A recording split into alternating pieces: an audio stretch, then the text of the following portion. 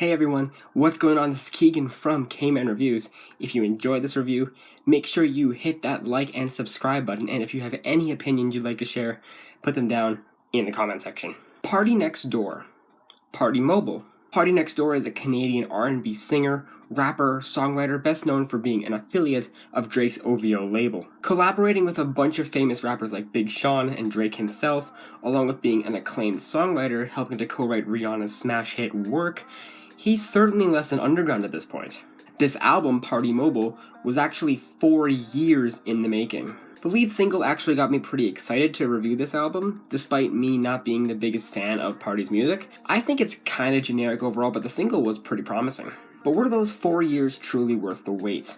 Let's find out as I review this album, track by track. We'll start off with the singles, with there being 2 of them, the first one being Loyal featuring Drake, which was the single I mentioned earlier. The R&B tinged snare drum when combined with the bass is such an infectious melody. It's like dancehall, but good. Party's vocals are very nice as well, despite being a little bit mumbled. They're just so vibey and relaxing. Drake is a little less fitting over this. He uses autotune in kind of an awkward way, like he's trying to blend into this traditional dancehall style. Lyrically, it's really about being loyal to this girl, which I think could have done better with a more heartfelt instrumental, but for what it is, it's pretty catchy. I like it. And the second and final single, The News, is a little bit more of a bland cut. The trap drum is very prominent and almost distracting in a way, especially when the only other instrumental part is just a drowned out deep synth. This one's definitely less of a vibe and more of a lullaby than loyal, yet Party's vocals are still pretty good despite sounding pretty damn close to Travis Scott. Lyrically, it's a bit convoluted, but I can pick up that it's some kind of toxic relationship, how she hurts him and tells him to stand up. It's okay, it's certainly an easy listening track than anything else. Now for the rest of the songs. The opener, Nothing Less, is definitely a bit of a lackluster opener. This is another track for me that's just calm, easy listening, but it also kind of just fades away like a whisper of a song.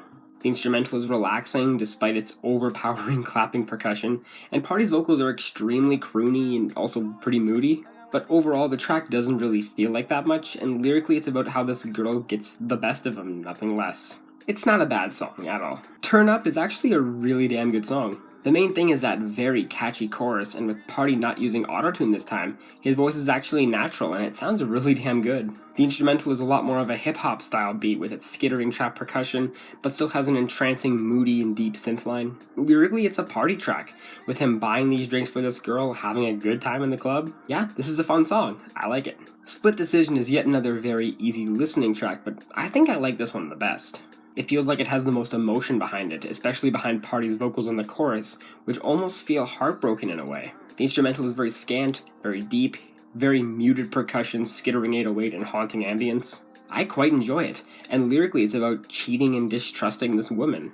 I didn't expect to like this one as much as I did. Great song. Touch Me feels a lot more like a ballad than anything else, which really comes through with the piano keys that are almost a little bit too in the background in my opinion. And considering Party's vocals are a lot more emotional, much like the previous, I wouldn't have minded a bit more of a strong instrumental. This track also almost feels a bit more like reggae, with the Latin-influenced percussion and overall melody. Lyrically, Party's singing about how he wants to remember what he was like, and that can only be accessed with this woman's touch. Pretty good song, I don't mind it at all. Trauma is a little bit of a deceiving track. It comes in with these drowned out chimey synths and rather heavy bass. I'm thinking this is going to be a bit more of an upbeat, and sure, the chorus is groovy. It's not quite what I expected at all. But in all honesty, I kind of prefer it this way, especially with the melancholic lyrics about being traumatized after losing this woman out of his life. It's that whole case of the up-tempo beat, but sad lyrics, and I personally love that combination. Great song. Showing You is really not good of a track in my eyes. The biggest thing for me, and I know it's extremely biased, is the length. It's almost 5 minutes long, and any song with this slow of a tempo and this really overused flute sample is just gonna get on my nerves a little bit. Also, the song doesn't even really go on the full 5 minutes. The lyrics end at around the 3.5 minute mark, so it's just the ambient, bass-heavy instrumental at the end, like for an extra minute. Lyrically, yet again, it's about missing this girl and being in a relationship with her. Honestly, this one's a strong pass for me. Eye on It has a very obvious reggaeton beat. If you've heard it, you know the exact beat I'm talking about. It really sticks out of these tracks like a sore thumb. Anyway, it isn't the worst thing in the world. The chorus can get a little bit repetitive after a bit, but again, it's kinda tolerable. The verses have solid melodies, and the lyrics are basically describing how one of his girls agreed to be just a friend while the other one has become his one and only. Not a bad song at all. Believe It featuring Rihanna became this massive post-album release single solely due to this being Rihanna's first time in the music scene in 3 whole years. She strictly handles the chorus, sometimes taking background vocals on the verses, and she sounds as good as ever despite all that echo behind her voice. Party sounds okay, a little bit closer to Young Thug than I'd like, but that's fine, and lyrically they're singing to each other as though they're lovers, and they want to believe how much they care. Nice change up lyrically, along with this being more of an upbeat track. It's pretty good. Never Again shows Party ramping up the Young Thug impression to 1,000 in particular. This track has probably one of the most uninteresting instrumentals on the entire album. Very ominous, still ambient bass, and snares that just feel so lifeless. Not to even mention Party's vocals, which don't really show any emotion at all. Also, what's with that really glitchy effect that pops up randomly for no reason? And lyrically, it's about trying to forgive this partner, but never again. Boring song, this one's a skip. PGT, which stands for Pretty Ghetto Thang, is the true, sensual slow burner of this album, and it's a pretty damn solid one at that. I love the melodies, despite Party having a bit more of a mumble delivery, and the instrumental is very raunchy, with the percussion being drowned out, much like traditional R&B, and the synths are gorgeous. Lyrically, it's about fantasizing about this girl who seems to be from the ghetto, but that's all he needs. Great song, I love it. Another Day is the closest this album gets to filler material.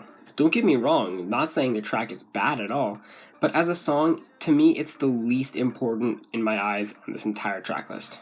The instrumental is generic, with the clap percussion being very overwhelming, and Party's vocals being especially kind of droney and lifeless. Lyrically, it's kind of the story of this horny guy trying to get it on with this girl, and if she's not feeling it, then hey, there's always another day. At least he's not insisting, which is good. This track is fine, but in my opinion, it could have used a little bit more flavor or passion. Savage Anthem is 6 minutes long for some reason.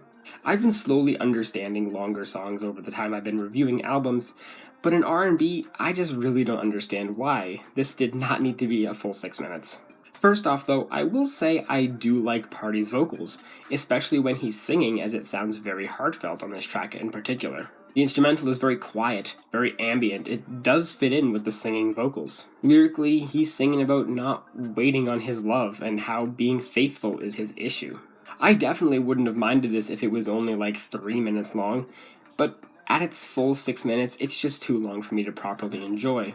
And finally, the closer, a remix of Loyal with Bad Bunny, which, I mean, did we really need this? Look, don't get me wrong, if anyone was gonna hop on this remix, it was gonna be Bad Bunny, obviously.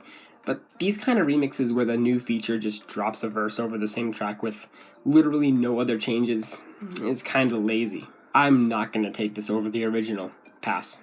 Overall, this album really continues down Party's shadowy style of R&B that I was never an overall fan of. That's probably a good reason as to why I enjoyed the more experimental tracks over anything else. But to be fair, I still had a good amount of enjoyment with this album, and I'm feeling a pretty good 6 out of 10 on this album. Well guys, hope you enjoyed that review. Thank you all so much for watching, and I'll see you in the next one. Peace.